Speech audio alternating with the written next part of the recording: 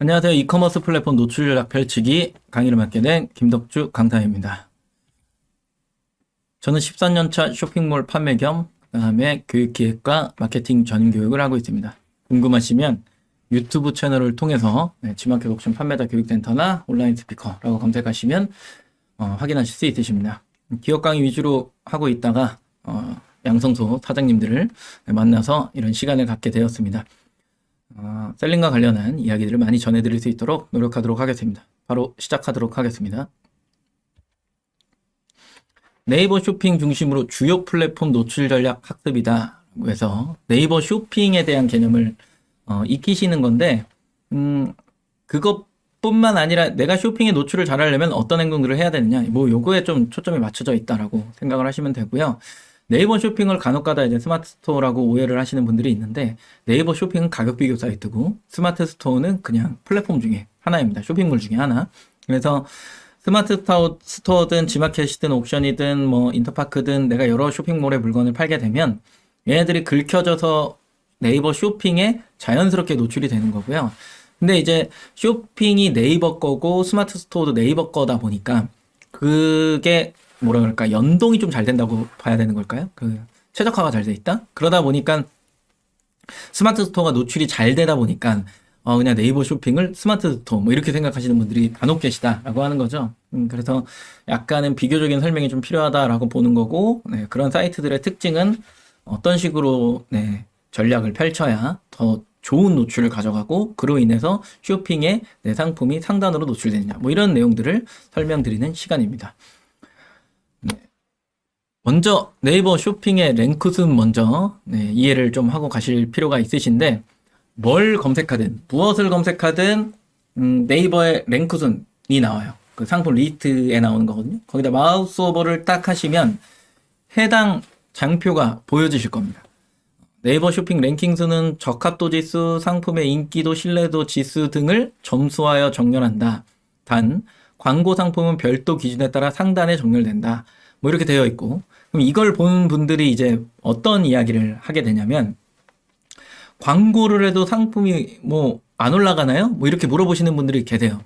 기존 버전 같은 경우에는 이제 광고를 하게 되면은 일반 리스팅과는 별개의 문제다 뭐 이렇게 봤는데, 이게 CS 센터에 전화를 하고 상담원한테 물어보니까 상담원은 이렇게 볼 거 아니에요. 지금 보시는 것처럼 광고 상품은 별도 기준에 따라 상단 정렬이 되니 일반 리스팅의 상품 순위와는 전혀 관계가 없습니다 라고 이야기를 할 수가 있는데, 정확하게 이야기를 하면 광고를 하면 클릭수가 올라가기 때문에 그로 인해서 구매가 일어나고 구매 평수가 생기겠죠. 중간에 보시는 인기 도수가 알아서 생성이 되는 거예요. 그래서 광고를 하시게 되면 실질적으로 네이버 쇼핑 랭킹 순에 반영이 광고를 했다 해서 되는 게 아니라 그로 인한 뒤에 부가적인 점수들이 따라와서 리스트에 반영이 된다.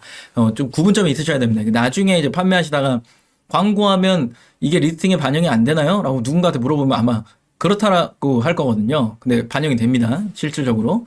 그 다음에 적합도 지수, 인기도 지수, 신뢰도 지수, 이 세 가지로 나눠지는데, 적합도 지수는 정확도라고 표현하기에는 네이버는 조금 어려운 부분이 있습니다. 왜냐면 검색어에 대한 상품 정보 연관도 카테고리 선호도라고 부르는데, 네이버 특징 중에 하나가 무언가를 검색을 했을 때 이 카테고리가 나와야 된다라고 하면 그 카테고리만 보여줍니다. 거기에 등록한 상품들만.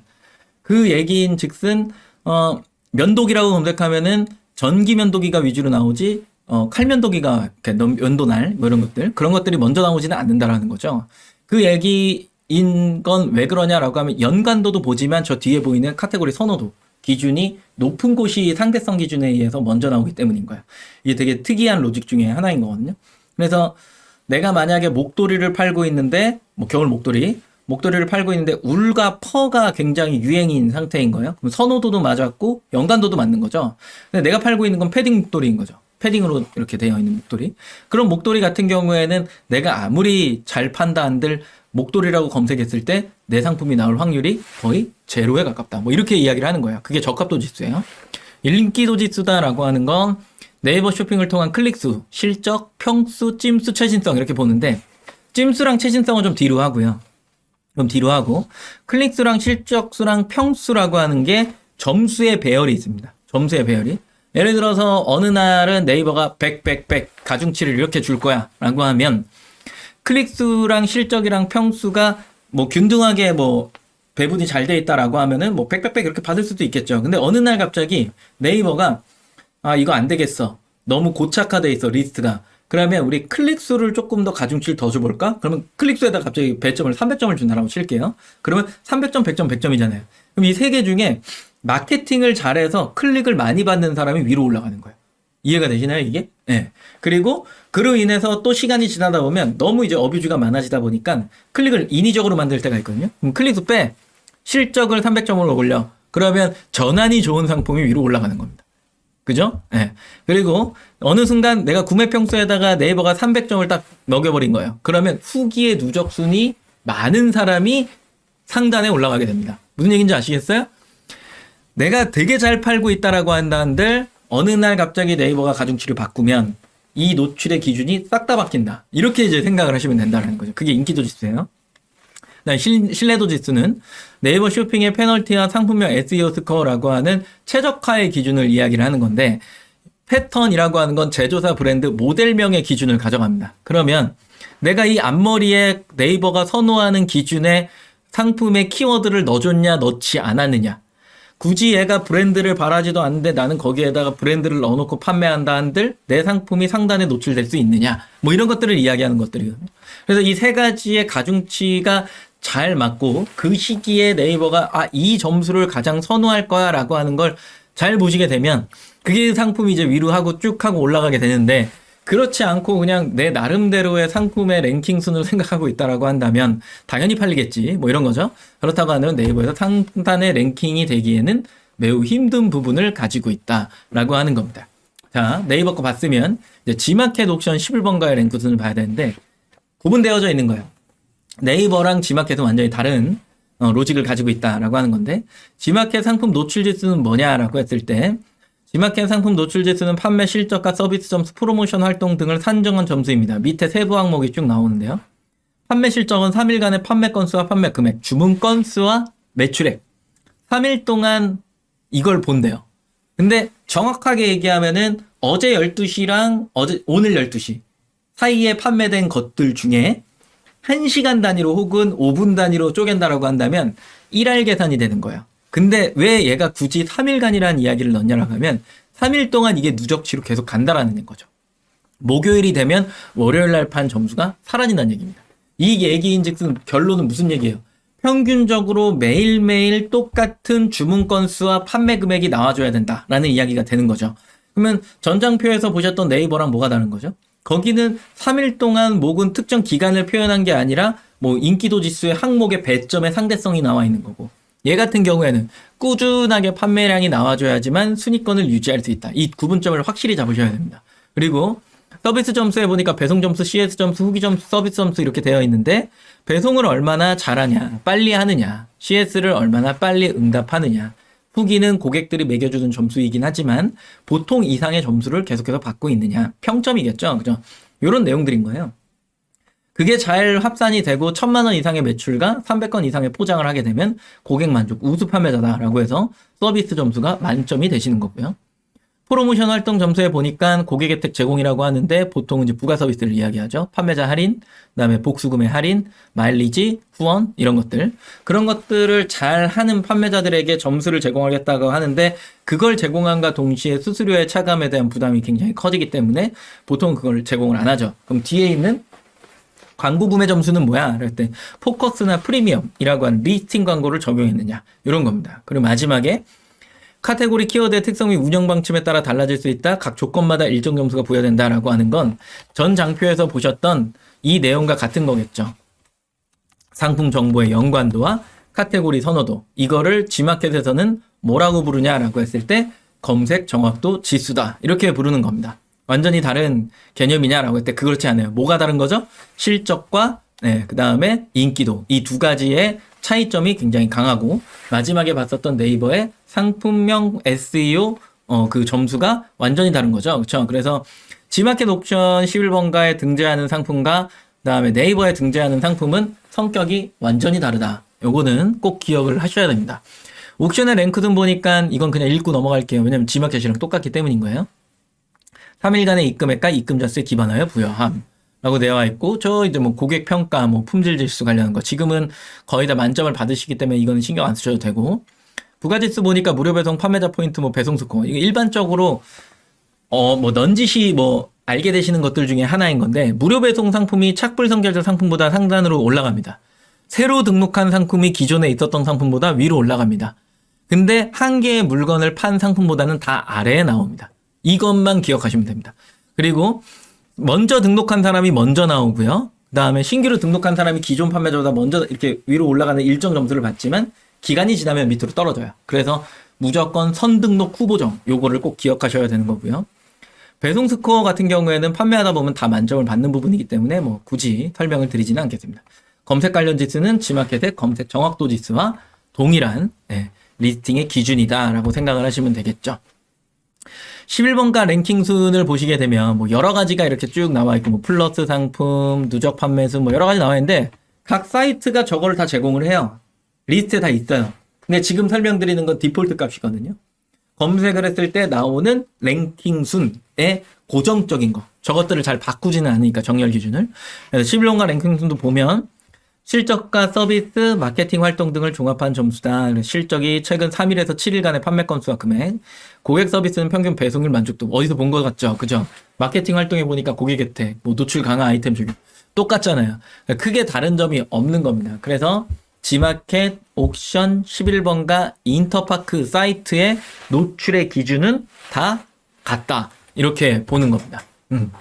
그래서, 전체 사이트 비교를 조금 해보면 좌측에 있는 4개 사이트와 우측에 있는 1개의 사이트의 비교죠. 비교가 쭉 나오는데 뭐 가장 큰 것 중에 하나는 클릭수라고 보는 거예요. 뭐 최신성도 그렇지만 클릭수를 점수에 반영을 전혀 안 합니다. 지마켓, 옥션, 11번가, 인터파크는. 그래서 어뷰즈가 없는 겁니다.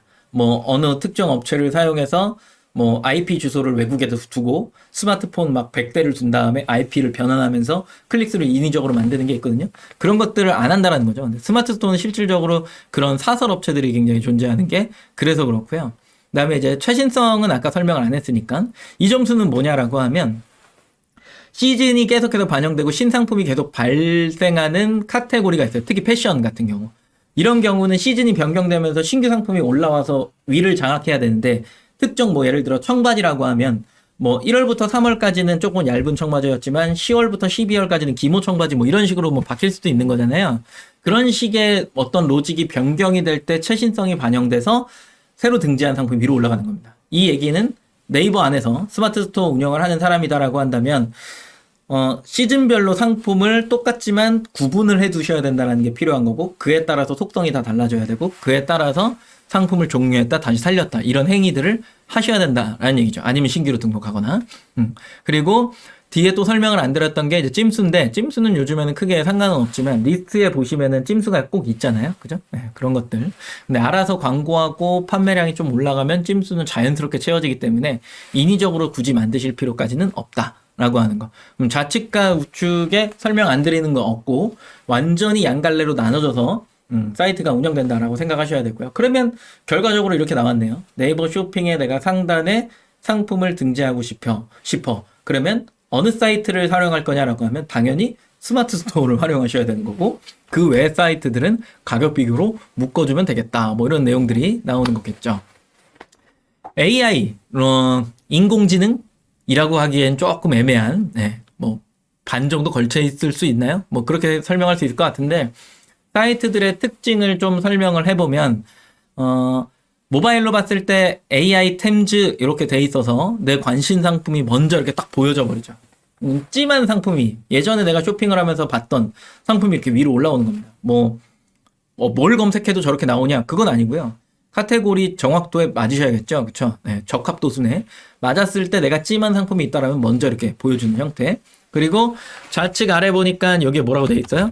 포유 랭크든.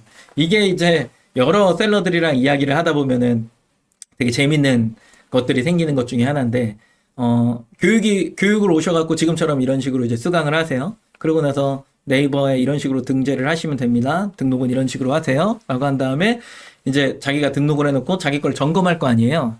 자기 걸 점검한 다음에 내 거 쇼핑에서 지금 몇 등에 나오지 하고 검색을 해봤는데 저게 포유 랭킹 순으로 돼 있으면 본인 상품이 광고가 끝나고 1등에 딱 이런 식으로 노출이 될 거예요. 그러면 뭐라고 하시냐면 저 등록만 했는데 1등에 나와요. 이렇게 얘기하시는 경우가 있는데 그거는 아닙니다. 아니에요. 그래서 요 랭크를 보실 때는 이걸 바꿔주셔야 됩니다. 그래서 이것만 딱 바꿔갖고 네이버 랭킹 순으로 바꾼다 한들 이 리스트가 또 정상적인 거냐라고 한다면 또 그렇지가 않아요. 여기 비슷한 연령대로 돼 있잖아요. 로그인 기반이에요. 그러면 이런 것들을 검색할 때 가장 좋은 건 당연히 로그아웃 하고 하시는 게 편한데 네이버 앱에 로그인 로그아웃 하시는 거 되게 귀찮아 하시잖아요. 그렇기 때문에 매번 바꾸셔야 됩니다. 그래서 정상적인 리스트의 노출 방식은 네이버 랭킹 순의 전체 사용자 이렇게 놓고 나서 이 광고라고 하는 게 네 구자에서 세 구자 이렇게 뭐 카테고리마다 다르니까 그렇게 쭉 나오실 텐데 얘가 끝나고 나서 첫 번째 나오는 게 1등입니다. 1등. 이런 식의 랭크 순을 확인하시는 거고요. 일반 상품과 가격 비교 상품의 이제 상대성이라고 하는 것들을 비교해 보실 필요가 있는데 보시면 등록일이 21년 7월이죠. 그죠? 얘는 21년 10월입니다. 10월. 그러면 이 판매자, 위에 있는 21년 7월에 있는 판매자가 오늘 날짜, 23년, 지금 4월 며칠이죠? 아무튼 13일이라 칠게요. 14일이군요. 14일이라 칠게요. 14일 날 이 사람이 가격 비교 생성을 하게 되면 21년 07에 있었던 이 숫자가 이런 식으로 변하면서 가격 비교 형태로 변하면서 이 등록일이 21년 7월이 아니라 23년 4월 14일로 변경됩니다. 그러면 가격 비교가 생성되면서 뭐가 최신성이 된 거죠? 등록일 자체가 최신성이 된 거죠. 아까 네이버 랭킹순 기준에 뭐가 있었냐면 최신성이라는 게 있었잖아요. 그죠? 대신에 찜이 초기화가 됩니다. 근데 중요한 거 리뷰가 전체 사이트에서 팔고 있었던 모든 리뷰가 일로 싹 하고 모이는 거죠. 그러면 아까 인기도 지수에 뭐가 있었냐면 클릭수, 실정수, 구매 평수, 찜수, 최신성이 있었어요. 그 중에 뭐가 빠지는 거죠? 찜수만 빠지고 나머지는 다 만점이 되시는 거죠. 그래서 판매하시다가 일반 상품으로 판매하시다가 가격 비교 형성했더니 갑자기 1페이지 상단에 나왔어요 라고 하는 분들은 거의 대부분 그런 경험을 그냥 하신 거고요. 그리고 일반적으로 판매하는 것들은 이렇게 판매를 하거나 아니면은 여기에 넣어서 판매를 하거나 둘 중에 하나. 그리고 나서 비교는 뭘로 하는 거다? 요렇게요. 요거랑 요거랑 요거. 이렇게 네 가지로 구분을 하시게 된다라고 하는 겁니다. 그래서 판매하시다가 그냥 내가 가격 비교 생성하고 싶다라고 하면은 요청에 의해서 만드는 거, 인기 원부화로 인해서 자연스럽게 생겨나는 거, 그런 것들을 이제 컨트롤할 수 있다라고 했는데 이게 쇼핑 파트너 존이에요. 쇼핑 파트너 존에 들어오셔갖고 상품 현황 및 관리 들어간 다음에 상품 현황을 클릭하시게 되면 요겁니다.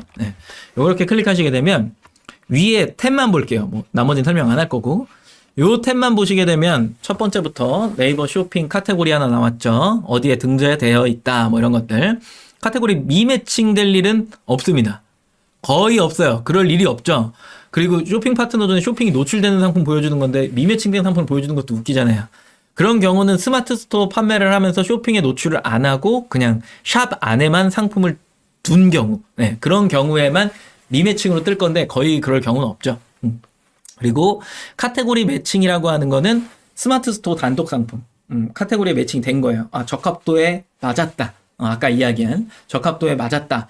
그리고 가격 비교 매칭 완료라고 하는 건 적합도에 맞았는데 얘가 인기도 있고 클릭도 많이 받고 실적수도 많이 발생이 되니까 이거를 가격 비교로 생성해야지 라고 하면서 인기 원부화 때문에 아까 가격 비교 베타 보이셨죠? 그렇게 해도 가격 비교가 생성된 경우 생성된 거예요. 그러면 여기에 뭐라고 되어 있냐면 가격 비교 매칭 완료 자동으로 끌려왔다라는 표현을 쓰는 거예요.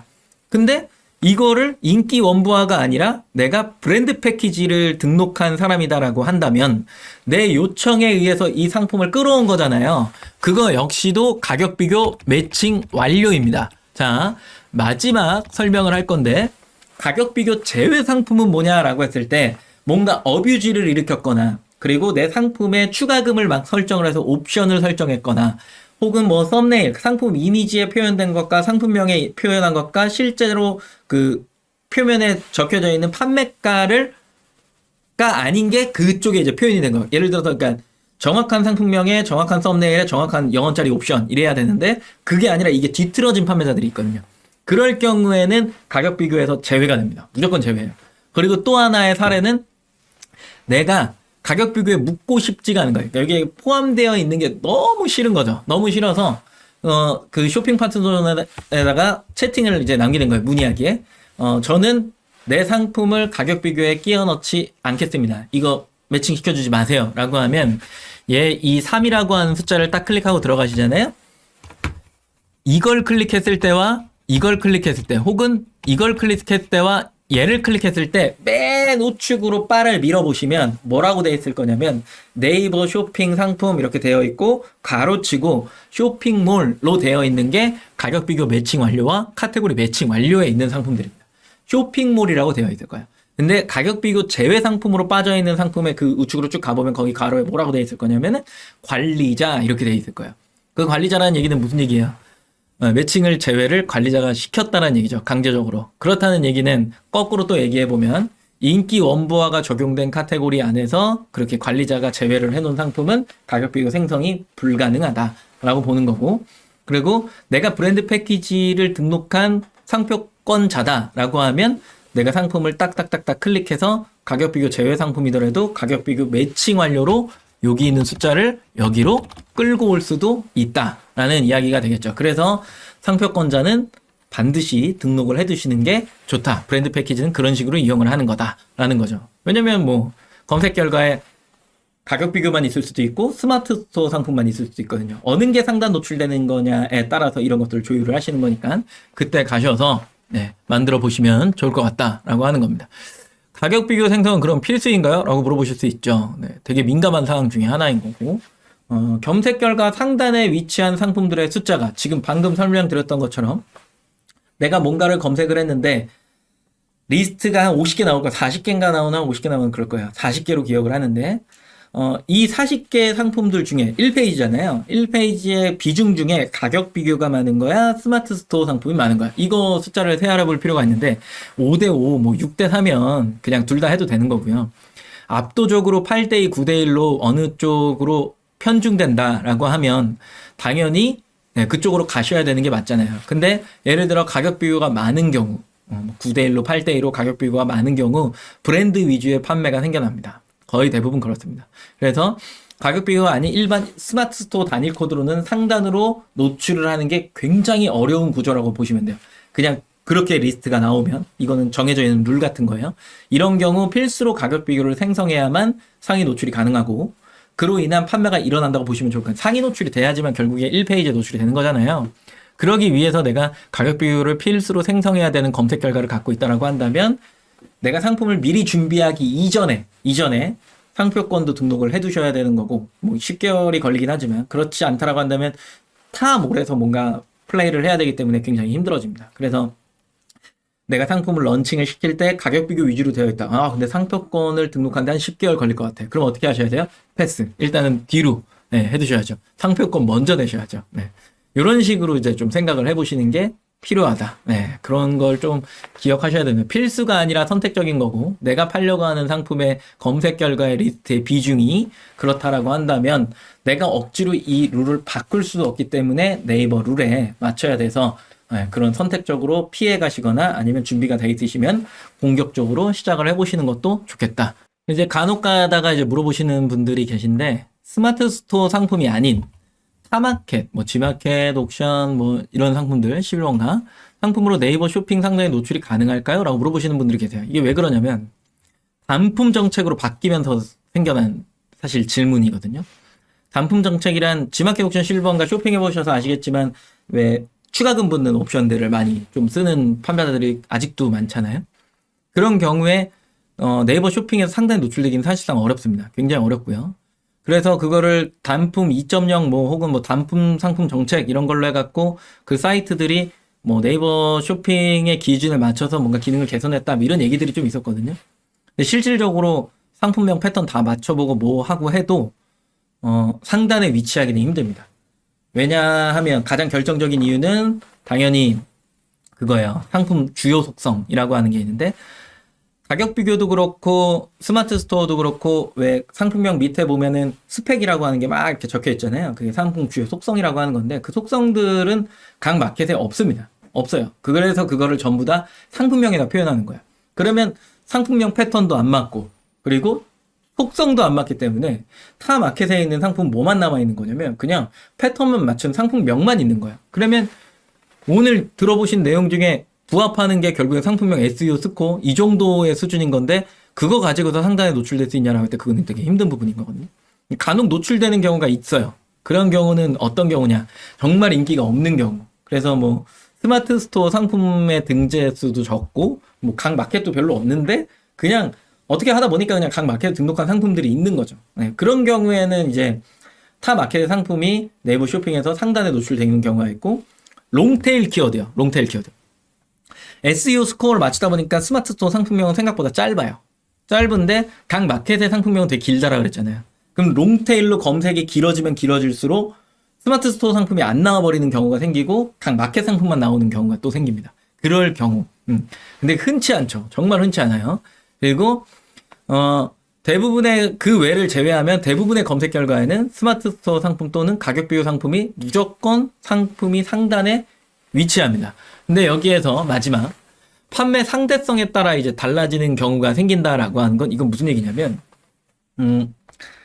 그 주력으로 판매해야 되는 그 사이트가 스마트 스토어가 아닌 경우가 있어요. 왜 그러냐면 각 마켓에서 수수료 베이스로 제휴를 맺어갖고 MD랑 행사를 하는 상품의 카테고리들이 있거든요. 어느 특정 사이트라고 얘기는 안 할게요. 카테고리도 얘기 안 하고. 그런 경우에는 스마트 스토어 판매가 현실적으로 불가능해요. 왜냐면 쿠폰의 적용에 할인율이 되게 크기 때문에. 그러면 그런 게 반영이 되는 곳들은 알아서 G마켓 옵션 11번가가 잘 팔려야 돼요. 그리고 뭐 쿠팡도 막 이렇게 잘 팔려야 돼요. 그 웹사이트라고 했으니까. 그런 사이트들에서 뭔가 활발하게 뭔가가 이루어지는 곳들이라고 한다면 스마트 스토어보다 당연히 여기가 판매량이 많아지기 때문에 상대성이 이쪽이 훨씬 더 가중치가 높게 형성이 되겠죠. 그러면 이런 상품들이 이제 쇼핑에서 상단에 노출되는 경우가 생기고 그리고 가격 비교 안 해도 보통의 판매자들은 일반 상품은 최저가를 스마트 스토어로 주고 운영을 하는데 근데 그런 카테고리나 상품의 경우는 대부분의 타 쇼핑몰들이 최저가에 다 적용이 되겠죠. 왜냐면 순환을 만들려면은 어쩔 수 없잖아요. 행사를 하면서 최저가를 별도의 사이트에 줄 수는 없으니까. 예. 그래서 이런 식의 경우가 아니다라고 한다면 웬만한 상품들은 네이버 쇼핑 안에서 스마트 스토어 상품과 그리고 가격 비교를 형성한 상품들이 위로 상단에 노출될 수밖에 없다. 이 점은 꼭 기억을 하셔야 된다라고 하는 겁니다. 네, 오늘 강의는 여기까지 하도록 하겠습니다. 감사합니다.